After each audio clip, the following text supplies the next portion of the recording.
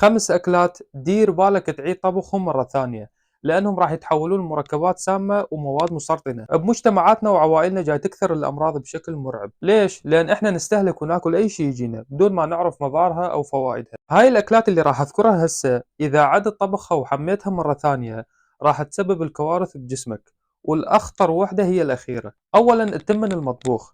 أول بداية قبل ما ينطبخ التمن يعني بعد الني بيها أبواغ بكتيرية اسمها باسيلا سيرياس. هاي البكتيريا ذكية، من تطبخ التمن أو تطبخين التمن يبدأ يعيش، وإذا عفته يبرد بدرجة حرارة الغرفة راح يبدأ يتكاثر ويفرز سموم. والكارثة إذا حميتها مرة ثانية، أنت بدل ما تقتلها بالحرارة مرة ثانية راح تدفيها وتقول لها نورتي بطني، والنتيجة شنو؟